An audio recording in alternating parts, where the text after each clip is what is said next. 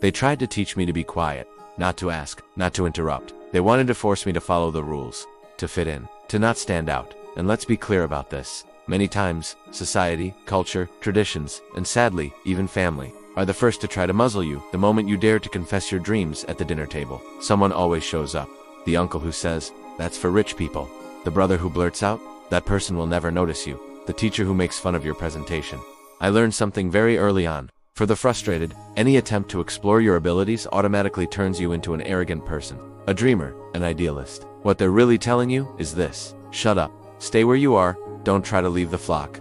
Many learned that this was just being polite. They called hiding their talents modesty. There are thousands of brilliant people who deliberately dim their own light so as not to make others uncomfortable, not to intimidate, not to seem boastful. How many times have you kept an idea to yourself that could have transformed your industry just because your boss felt threatened? How many virtuous women have silenced themselves because their partner couldn't stand being surpassed? And sometimes it starts even earlier. Your own father compared you to someone else, and, without realizing it, he buried you. After forcing you to hide your talents, they still dare to ask you to hide your dreams. They tell you, don't daydream so much. Don't waste your time. That's impossible. Impossible for them.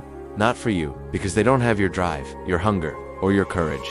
Today, I'm here to tell you something clearly. You can erase all that garbage, all that contamination that got into your veins and is drying you out. They even taught you to reject compliments. When someone acknowledges you, you reply, "Oh, it was nothing. It's not a big deal." Of course it was something. Learn to receive praise. We were taught to give, but not to receive, and that devalues us. It throws us off balance. You can embrace a healthy self-esteem, one that allows you to give and receive.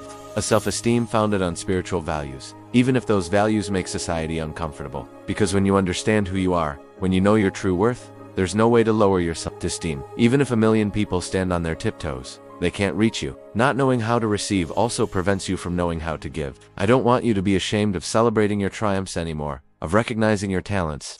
There will always be someone who says, "You don't need to post about that," but many of those people never learn to celebrate others' success. And that's why they'll never get to where you are. Saying "I do unlike my nose" is not the same as defining yourself as horrible because of it. What you define as your identity deeply impacts your personality. When you change your beliefs about who you are, you return to your original design. You become the person you were created to be, not the distorted version shaped by society. Bring a sense of value into your life based on a higher truth. A valuation that inspires, that breaks the status quo, that eliminates false modesty, absurd perfectionism, and the unhealthy need to win. Learn to like yourself, to recognize the beautiful qualities within you, even if the world doesn't understand or want them, because you weren't born to hide, you were born to be. Thanks for watching, and if this resonated with you, please subscribe for more.